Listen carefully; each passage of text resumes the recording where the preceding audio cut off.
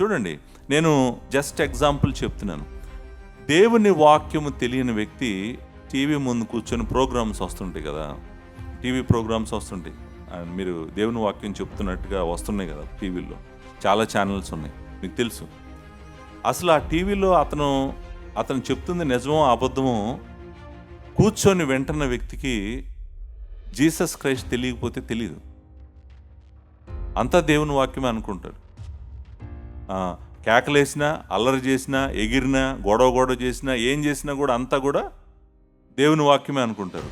దేవుని వాక్యమే చెప్తున్నాడు ఈ బోధకుడు, ఈ అయ్యగారు అని ఆయనను చూస్తూనే ఉంటారు. అలా గంటలు అలా టీవీ చూస్తాం. ఇంకొకటి, గంటలు టీవీ చూస్తారు కానీ దేవుని గురించిన జ్ఞానానికి మాత్రం ఇంట్రెస్ట్ ఉంటుంది. ఎందుకంటే ఇక్కడ కష్టపడాలి, అక్కడ కష్టపడేది ఏం లేదు. ఆన్ చేస్తే మ్యాక్సిమం కరెంట్ బిల్లే కదా పోయేది, ఏం పోతుంది. జస్ట్ చూస్తూ ఉంటే ఆయన చెప్తూ ఉంటాడు, ఆయన అద్భుతాలు చేస్తుంటాడు, ఎగురుతుంటాడు. అసలు నాకు అర్థమవుతుంది ఏంటంటే, ఎవరికైతే దేవుడు గూర్చిన జ్ఞానం ఉండదో వాళ్ళు అసలు ఎదురుగా ఎవరున్నారో, ఏం మాట్లాడుతున్నారో, ఏం చెప్తున్నారు, ఎందుకు చెప్తున్నారో వాళ్ళకి తెలియదు. జస్ట్ అంతా తీసుకుంటారు లోపలికి. పీటర్ ఏం చెప్తున్నాడంటే, నీకు జీసస్ క్రైస్ట్ గురించిన జ్ఞానం నీకు వచ్చిన రోజు నువ్వు అబద్ధ బోధకుల చేతుల్లో పడవు.